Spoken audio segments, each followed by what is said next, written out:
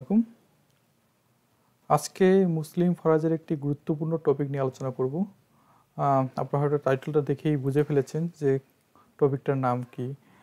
তো আজকে আমরা আলোচনা করব হলো মৃত ব্যক্তির পুত্র না থাকলে সম্পত্তি কীভাবে বণ্টিত হবে। তো ভিডিও শুরু করার প্রথমে বলে রাখি, আমি অ্যাডভোকেট মোহাম্মদ রাশেদুজ্জামান রাশেদ, জেলা ও দায়রা জজ কোর্ট, নীলফামারী। তো চলুন আমরা ভিডিওর মূল অংশে চলে যাব। তো আজকে আমরা জানার চেষ্টা করব যে যদি পুত্র না থাকে সেক্ষেত্রে তার মৃত ব্যক্তি সম্পত্তি কীভাবে বণ্টিত হবে। এগুলো নিয়ে যত ধরনের প্রশ্ন আছে তার সবগুলো আমি একটা লিস্টিং করেছি। আমরা সেই প্রশ্নগুলো ধরে ধরে আজকে সবগুলোর উত্তর দেওয়ার চেষ্টা করব এবং আশা করছি আজকের এই ভিডিওটা দেখলে মৃত ব্যক্তির পুত্র না থাকলে তার সম্পত্তিটা কীভাবে বণ্টিত হবে তার সবটুকু, যত ধরনের আপনাদের মাথার মধ্যে এই টপিক নিয়ে প্রশ্ন আছে তার সবগুলো উত্তর আপনারা পেয়ে যাবেন। তো প্রথম যে প্রশ্নটা সেটা হচ্ছে আমার, মৃত ব্যক্তির কোনো পুত্র না থাকলে তার সম্পত্তি কারা পায়। মৃত ব্যক্তির যদি কোনো পুত্র না থাকে তা সেক্ষেত্রে তার সম্পত্তি তার পিতা মাতা, অর্থাৎ মৃত ব্যক্তির পিতা এবং মাতা, মৃত ব্যক্তির দাদা এবং দাদি, মৃত ব্যক্তির ভাই বোন, মৃত ব্যক্তির ভাই এবং বোনের ছেলে এবং মেয়ে, এরা পায়। আচ্ছা, এখন কথা হচ্ছে তারা সর্বাবস্থায় পায় না, এদের মধ্যে কিছু কন্ডিশন রয়েছে। যেমন কখন মৃত ব্যক্তির সহোদর ভাই এবং বোন কখন সম্পত্তি পাবে না। যদি মৃত ব্যক্তির বাবা মা বেঁচে থাকে সেক্ষেত্রে মৃত ব্যক্তির সহোদর ভাই এবং বোনেরা সম্পত্তি পাবে না, অর্থাৎ মৃত ব্যক্তির বাবা এবং মায়ের জন্য তারা হলো এই মৃত ব্যক্তির উত্তরাধিকার থেকে বঞ্চিত হবেন। ঠিক আছে। এখন পরবর্তীতে প্রশ্ন হচ্ছে, মৃত ব্যক্তির যদি বাবা এবং মা বেঁচে থাকে সেক্ষেত্রে মৃত ব্যক্তির সহোদর ভাই এবং বোনের ছেলেরা কি সম্পত্তি পাবে? তারাও পাবে না, কারণ মৃত ব্যক্তির বাবা এবং মা বেঁচে আছেন। এখন মৃত ব্যক্তির দাদা এবং দাদি কি সম্পত্তি পাবে যদি মৃত ব্যক্তির বাবা মা বেঁচে থাকে? না, মৃত ব্যক্তির দাদা এবং দাদি সম্পত্তি পাবে না। অর্থাৎ এই মৃত ব্যক্তির বাবা মা থাকার কারণে মৃত ব্যক্তির দাদা দাদি সম্পত্তি পাচ্ছে না, মৃত ব্যক্তির ভাই এবং বোন সম্পত্তি পাচ্ছে না, মৃত ব্যক্তির ভাই এবং বোনের ছেলে মেয়ে তারা কেউ সম্পত্তি পাচ্ছে না। ঠিক আছে। এখন মৃত ব্যক্তির ভাই এবং বোন সম্পত্তি পাওয়ার ক্ষেত্রে সর্বপ্রথম যে কন্ডিশন সেটি হচ্ছে মৃত ব্যক্তির বাবা এবং মা জীবিত থাকা যাবে না। মৃত ব্যক্তির বাবা এবং মা যদি জীবিত থাকে তাহলে তারা সেই সম্পত্তি পাবে না। আবার মৃত ব্যক্তির ভাই এবং বোনের ছেলেমেয়েদের সম্পত্তি পাওয়ার ক্ষেত্রে দুটি বাধা রয়েছে। যে প্রথম যে বাধাটা হচ্ছে যে মৃত ব্যক্তির বাবা এবং মা তাদের জীবিত থাকা যাবে না। মৃত ব্যক্তির কোনো ভাই এবং বোন তাদের জীবিত থাকা যাবে না। অর্থাৎ এই দুটি বাধা তাদের সবসময় অতিক্রম করতে হবে। এই দুটি বাধা যদি থাকে, এই দুটি বাধার কোনো একটি বাধা যদি থাকে, অর্থাৎ মৃত ব্যক্তির যদি পিতামাতা থাকে সেক্ষেত্রে মৃত ব্যক্তির ভাতিজি বা ভাতিজা তারা সম্পত্তি পাচ্ছে না। আবার মৃত ব্যক্তির যদি সহোদর ভাই এবং বোন বেঁচে থাকে সেক্ষেত্রেও মৃত ব্যক্তির ভাতিজা বা ভাতিজি সম্পত্তি পাচ্ছে না, অর্থাৎ মৃত ব্যক্তির সহোদর ভাই এবং বোনের ছেলেমেয়েরা সম্পত্তি পাচ্ছে না। যাই হোক, পরবর্তী যে প্রশ্নটা সেটা হচ্ছে, শুধু মেয়েরা থাকলে সম্পত্তি কীভাবে বন্টন হয়। মৃত ব্যক্তির সম্পত্তি শুধুমাত্র তার যদি মেয়ে থাকে, হ্যাঁ, সেক্ষেত্রে তার সম্পত্তিটা বণ্টিত হবে। যদি একটি মাত্র মেয়ে থাকে সেক্ষেত্রে মৃত ব্যক্তির অর্ধেক সম্পত্তি তার মেয়ে পাবে। যদি একাধিক মেয়ে থাকে, অর্থাৎ একের অধিক যদি মেয়ে থাকে সেক্ষেত্রে মৃত ব্যক্তির 3/2 সম্পত্তি তার মেয়েরা পাবে। এখন মৃত ব্যক্তির, ধরুন আমরা একটু উদাহরণের মাধ্যমে বোঝানোর চেষ্টা করি যে মৃত ব্যক্তির একটি মাত্র মেয়ে আছে, জমি হলো 30 শতক জমি। সেক্ষেত্রে মৃত ব্যক্তির একটি মেয়ে পাবে হলো 15 শতক জমি। আবার মৃত ব্যক্তির মনে করেন যে 3টি মেয়ে রয়েছে, মৃত ব্যক্তির সম্পত্তি হলো 30 শতক জমি, সেক্ষেত্রে মৃত ব্যক্তির হলো মেয়েরা 20 শতক জমি পাবে।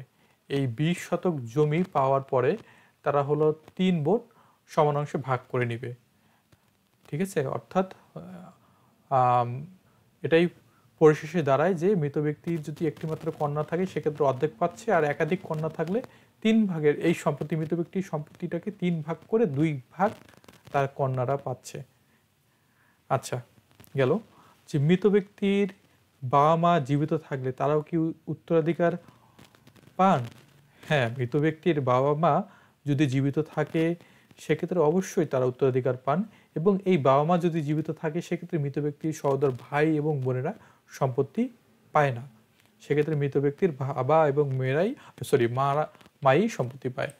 মৃত ব্যক্তি যদি ভাই বোন থাকে তাদের কি কোনো অংশ পাওয়া যায়? মৃত ব্যক্তি যদি ভাই এবং বোন থাকে তাহলে সেক্ষেত্রে হলো প্রথম একটি বাধাই তাদের। এই মৃত ব্যক্তির ভাই এবং বোনের মৃত ব্যক্তির সম্পত্তি পাওয়ার ক্ষেত্রে শুধুমাত্র একটি বাধাই, সেই বাধাটি হচ্ছে মৃত ব্যক্তির বাবা মা থাকা যাবে না। যদি মৃত ব্যক্তির বাবা মা না থাকে সেক্ষেত্রে মৃত ব্যক্তির ভাই এবং বোনেরা মৃত ব্যক্তির সম্পত্তিতে তারা উত্তরাধিকারী হিসেবে বিবেচিত হয় এবং তারা তাদের সম্পত্তি তারা নিতে পারেন। যাই হোক, পরবর্তী যে প্রশ্নটা সেটি হচ্ছে যে মৃত ব্যক্তির একাধিক স্ত্রী থাকলে তাদের ভাগ কীভাবে নির্ধারিত হয়? মৃত ব্যক্তির আগে যে ভাগটা কীভাবে নির্ধারিত হয় সেটাই আমি আপনাদেরকে ক্লিয়ারলি জানানোর চেষ্টা করব। মৃত ব্যক্তির যদি ধরেন কন্যা রয়েছে, মানে মৃত ব্যক্তির যদি সন্তান থাকে সেক্ষেত্রে মায়ের অংশ হবে সেক্ষেত্রে স্ত্রীর অংশ হবে 8 ভাগের 1 ভাগ। অর্থাৎ মৃত ব্যক্তির যদি সন্তান থাকে সেক্ষেত্রে সে 8 ভাগের 1 ভাগ সম্পত্তি পাবে। মৃত ব্যক্তির সম্পত্তিকে 8 ভাগ করে 1 ভাগ স্ত্রী পাচ্ছে। আর মৃত ব্যক্তির যদি কোনো সন্তান না থাকে সেক্ষেত্রে মৃত ব্যক্তির স্ত্রী পাবে হলো 4 ভাগের 1 ভাগ। অর্থাৎ মৃত ব্যক্তির সম্পত্তিটিকে 4 ভাগে ভাগ করে 1 ভাগ পাবে হলো তার স্ত্রী। আচ্ছা, এখন যে প্রশ্নটা হলো যদি একাধিক স্ত্রী থাকে, তো সর্বাবস্থায় একটু আগে যেটা বললাম যে কোনো পুত্র না থাকলে 8 ভাগের 1 ভাগ পাচ্ছে, এবং কোনো যদি সন্তান না থাকে সেক্ষেত্রে 8 ভাগের 1 ভাগ পাচ্ছে। আর যদি সন্তান থাকে সেটা পুত্র হোক না কেন কন্যা হোক না কেন সেক্ষেত্রে, দুঃখিত আমি একটু আবার আপনাদের ঠিকভাবে বলার চেষ্টা করছি, সেটা হচ্ছে মৃত ব্যক্তি যদি কোনো পুত্র বা কন্যা থাকে সেক্ষেত্রে সে 8 ভাগের 1 ভাগ সম্পত্তি পাবে। সে একটা পুত্র থাক বা একটা কন্যা থাক, যেটাই থাক না কেন সে 8 ভাগের 1 ভাগ সম্পত্তি পাচ্ছে মৃত ব্যক্তির স্ত্রী। আর যদি কোনো পুত্র বা কন্যা না থাকে, অর্থাৎ কোনো যদি সন্তান না থাকে, সেক্ষেত্রে মৃত ব্যক্তির সম্পত্তিটাকে 4 ভাগ করে 1 ভাগ পাবে হলো তার স্ত্রী। এবং একাধিক স্ত্রী যদি থাকে সেক্ষেত্রে তারা এই যে দুটো অংশ বললাম এই দুটো অংশের মধ্যেই থাকবে। এবং ধরেন যে 2 জন স্ত্রীরা আছে, এখন মৃত ব্যক্তির যে একটি কন্যা আছে, সেক্ষেত্রে মৃত ব্যক্তির স্ত্রী পাবে হলো 8 ভাগের 1 ভাগ সম্পত্তি। 8 ভাগের 1 ভাগ সম্পত্তি করার পর এমনি কথা উদাহরণের জন্য বলছি যে 10 শতক পেল। এই 10 শতক এই সম্পত্তিটা হলো এই 2 স্ত্রীর মধ্যে সমান অংশে ভাগ হয়ে যাবে, অর্থাৎ 5 শতক 5 শতক করে হবে। আমরা যে দুইটা অংশ পাচ্ছি, আমাদের মোট কথা হলো আমরা সর্বাবস্থায় দুইটা অংশ পাবো। একটা হলো হয় সে 8 ভাগের 1 ভাগ পাবে, নতুবা সে 4 ভাগের 1 ভাগ পাবে। 4 ভাগের 1 ভাগ তখনই পাবে যদি কোনো মৃত ব্যক্তির সন্তান না থাকে, এর বাইরে আর কোনো সম্পত্তি পাওয়ার তার কোনো সুযোগ নেই। যাই হোক, মৃত ব্যক্তির হলো যে 1 মেয়ে ও স্ত্রী তালাক সম্পত্তি কীভাবে ভাগ হবে, আমরা এই প্রশ্নের উত্তর আগেই বলেছি, তারপর আবারও বলছি যে মৃত ব্যক্তি যদি 1 মেয়ে থাকে সেক্ষেত্রে যেহেতু 1 মেয়ে আছে সেক্ষেত্রে সে মেয়েটি মৃত ব্যক্তির সম্পত্তির অর্ধেক পাচ্ছে এবং স্ত্রী পাচ্ছে হলো 8 ভাগের 1 ভাগ। আচ্ছা, পরবর্তী যে প্রশ্নটা হচ্ছে 2 বা 3 মেয়ে থাকলে প্রত্যেক মেয়ের ভাগ কি হবে? 2 বা 3 মেয়ে থাকলে প্রত্যেক মেয়ের ভাগ, আমরা এটা আগে উত্তর দিচ্ছি আবার দিচ্ছি যে মৃত ব্যক্তির 3 ভাগের 2 ভাগ সম্পত্তি পাবে হলো মেয়েরা। ধরেন 3 ভাগের 2 ভাগ 30 শতক জমি, 30 শতকের 3 ভাগের 2 ভাগ হচ্ছে 20 শতক জমি। এই 20 শতক জমি যদি 2টা মেয়ে থাকে সমানাংশে ভাগ করে নেবে, ঠিক আছে, 10 শতক 10 শতক করে। আবার 3টা মেয়ে যদি থাকে এই 20 শতক জমিকে 3 ভাগ করে সমান অংশে 3টা ভাগে ভাগ হয়ে যাবে।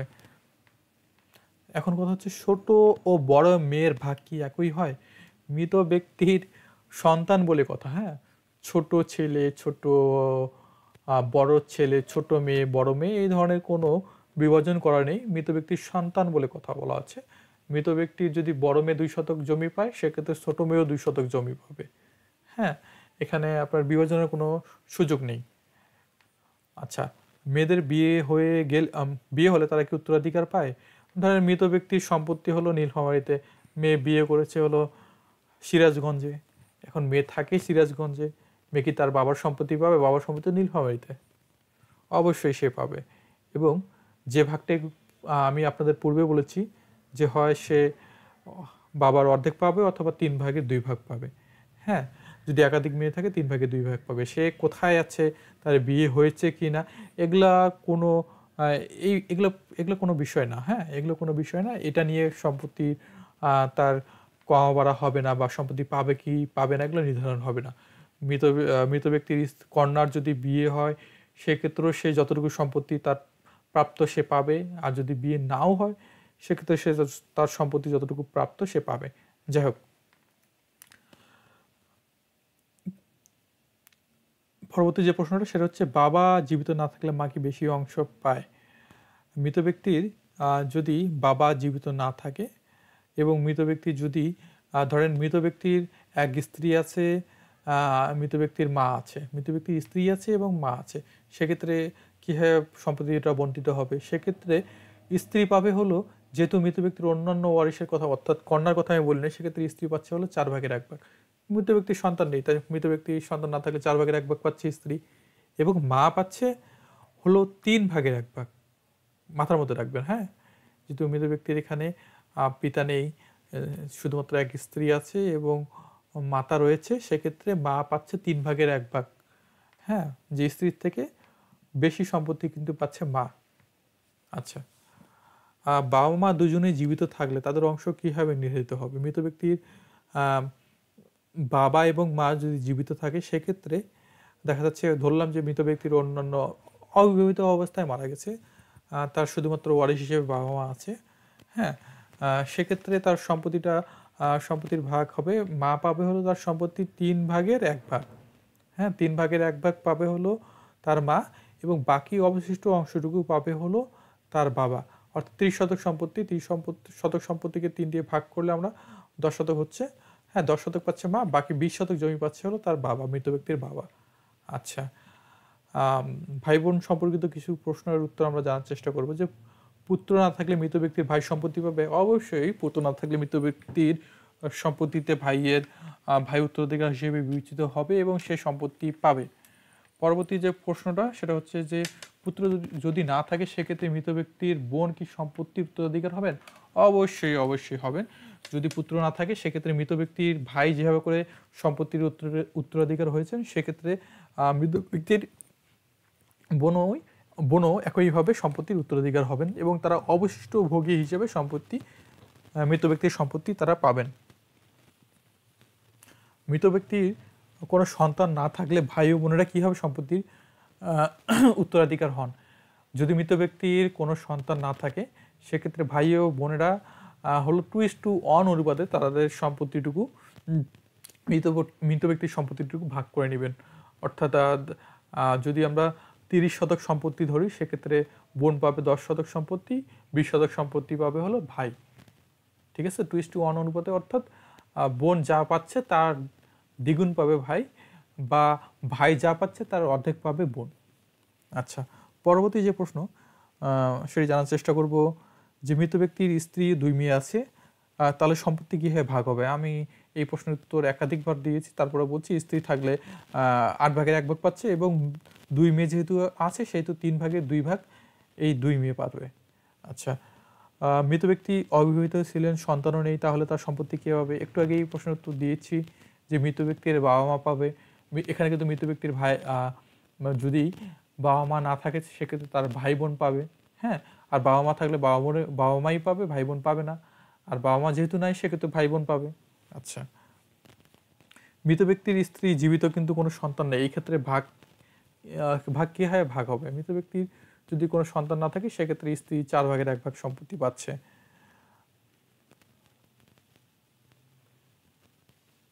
আচ্ছা, মৃত ব্যক্তির কি আছে? মা আছে, 2 মেয়ে আছে।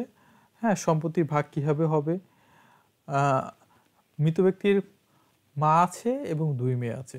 হ্যাঁ, মায়ের ভাগ দেখা যাচ্ছে মা হচ্ছে 6/1। মৃত ব্যক্তির যদি কোনো সন্তান না থাকতো, সেক্ষেত্রে মা 3/1 পেত, কি যেহেতু সন্তান আছে সেহেতু মা 6/1 পাবে, এবং 2 মেয়ে আছে। 2 মেয়ে থাকলে আমরা কি জানি যে 3/2 2 মেয়ে, 3/2 এই 2 মেয়ে পাবে। আচ্ছা, মেয়েরা প্রাপ্তবয়স্ক না হলে সম্পত্তি কে ম্যানেজ করবে? মৃত ব্যক্তির মেয়েরা যদি প্রাপ্তবয়স্ক না হয় সেক্ষেত্রে সম্পত্তি ম্যানেজ করবে হলো এই 2 মেয়ের হলো অভিভাবক। এই 2 মেয়ের অভিভাবক সম্পত্তিটা হলো ম্যানেজ করবে বা দেখাশোনা করবে। হ্যাঁ, এখন যদি অভিভাবক না থাকে সেক্ষেত্রে এই 2 মেয়ে কাউকে অভিভাবক, অর্থাৎ অভিভাবক নিয়োগের জন্য আবেদন করতে পারে কোর্টে। হ্যাঁ, কোর্ট তাদের অভিভাবক নিয়োগ করে দিতে পারেন। যাই হোক, পরবর্তী যে প্রশ্নটা হচ্ছে যে মৃত ব্যক্তির সম্পত্তিতে দাদা দাদির নাতি নাতনির কোনো অধিকার থাকে কিনা? হ্যাঁ, মৃত ব্যক্তির সম্পত্তিতে দাদা দাদির অবশ্যই অধিকার থাকে, তবে মৃত ব্যক্তির বাবা মা যদি জীবিত থাকে সেক্ষেত্রে দাদা দাদির আর অধিকার থাকে না। আর মৃত ব্যক্তির নাতি নাতনির অধিকার থাকে, কিন্তু যদি মৃত ব্যক্তি বাবা মা জীবিত থাকে সেক্ষেত্রে নাতি নাতনির অধিকার থাকবে না। যদি মৃত ব্যক্তির ভাই বোন জীবিত থাকে সেক্ষেত্রে নাতি নাতনির কোনো অধিকার থাকবে না। আচ্ছা, মৃত ব্যক্তির সম্পত্তিতে কি চাচা ফুপু?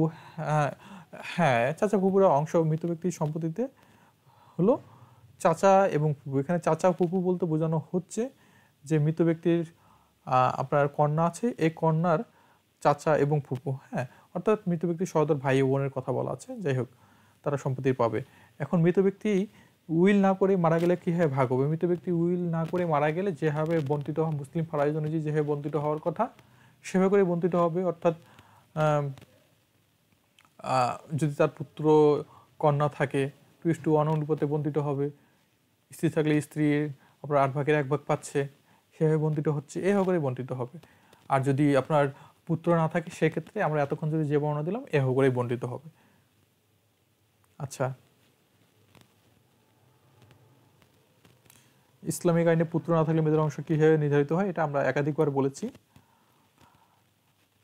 মেয়েরা বাবার সম্পত্তি অর্ধেক পায়, এটা কি সবসময় ঠিক? মেয়েরা বাবার সম্পত্তি অর্ধেক পায় এটি সবসময় সঠিক নয়, এটা অনেকগুলো কন্ডিশনের উপর নির্ভর করে।